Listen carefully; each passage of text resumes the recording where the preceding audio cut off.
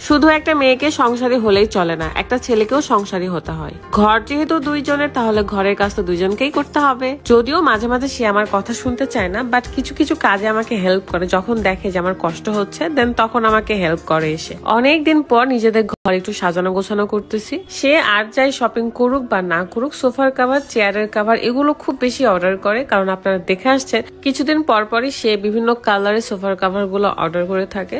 আর একটা সুখবর আছে, সেটা হলো আমাদের চারতলাতে আমরা নিজেদেরই অফিস বানাচ্ছি। বলতে গেলে নিজের বাসায় নিজেদেরই একটা অফিস হবে আর কি। ডেকোরেশন চলতেছে, অবশ্যই আপনাদের সাথে সেটা শেয়ার করব। তার আগে সোফার কাভার গুলো লাগিয়ে নিই। আজকের এই কাভারের কালারটা চোস ছিল, একদমই ক্রিম কালার। আমার বাসার টাইলস এর সাথে একদম ম্যাচিং হয়ে গেছে। সচরাচর সে একাই কাভার লাগায়, বাট এখন যেহেতু রমজানের সময়, তাই তাকে কষ্ট দিতে চাইলাম না, তাকে আমি একটু হেল্প করতেছিলাম। এই কাভার গুলোর কোয়ালিটি অনেক বেশি ভালো। সোফার কাভারের সাথে ডাইনিং এর কাভার, চেয়ারের কাভারও সে নিয়েছে।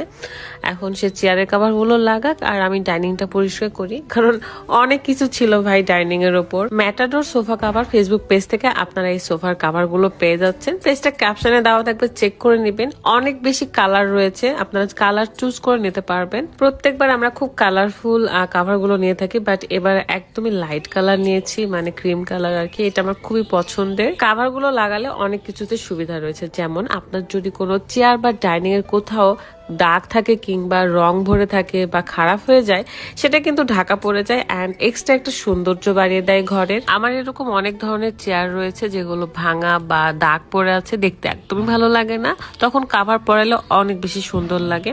তো রাত ডাইনিংটা সুন্দর করে পরিষ্কার করতেছিল, কারণ ডাইনিং এরও কাভার আমরা নিয়েছি। সামনে যেহেতু ঈদ চলে আসতেছে, তাই ঘর তো সাজাতেই হবে। এই কাভার গুলো লাগালে আরো একটা সুবিধা রয়েছে, সেটা হলো সোফাতে যখন আমরা কাভার লাগাই, তখন কিন্তু সোফাতে কোনো রকমের দাগ ভরে না কিংবা সোফা নষ্ট হয়ে যায় না। আমাদের অরিজিনাল সোফাটাকে একদমই সুন্দর রাখে। যা প্রেসার যাওয়ার শুধু কাভারের উপর দিয়েই যাবে। ডাইনিং এ কাভারটা লাগে অনেক বেশি সুন্দর লাগতেছিল। আমরা দুজন মিলে এই কাজগুলো করতেছিলাম। নিচে ফিতা ছিল, যে ফিতাগুলো বাঁধতে হতো আমাদের, তো সেটাই আমরা করতেছিলাম আর কি। কাভার গুলো লাগাতে গেলে আমি মাঝে মাঝে অনেক অধৈর্য হয়ে পড়ি, বাট রাত অনেক সুন্দর করে এটা লাগায়, কারণ তার অনেক ধৈর্য বেশি। আমি এখানে তার সাথে একটু দুষ্টামি করতেছিলাম, কারণ দেখছি সে অনেকক্ষণ ডাইনিং এর ভেতরে এভাবে বসেছিল। দেন দেখি সে মনোযোগ দিয়ে ফিতা বাঁধতেছিল আর কি।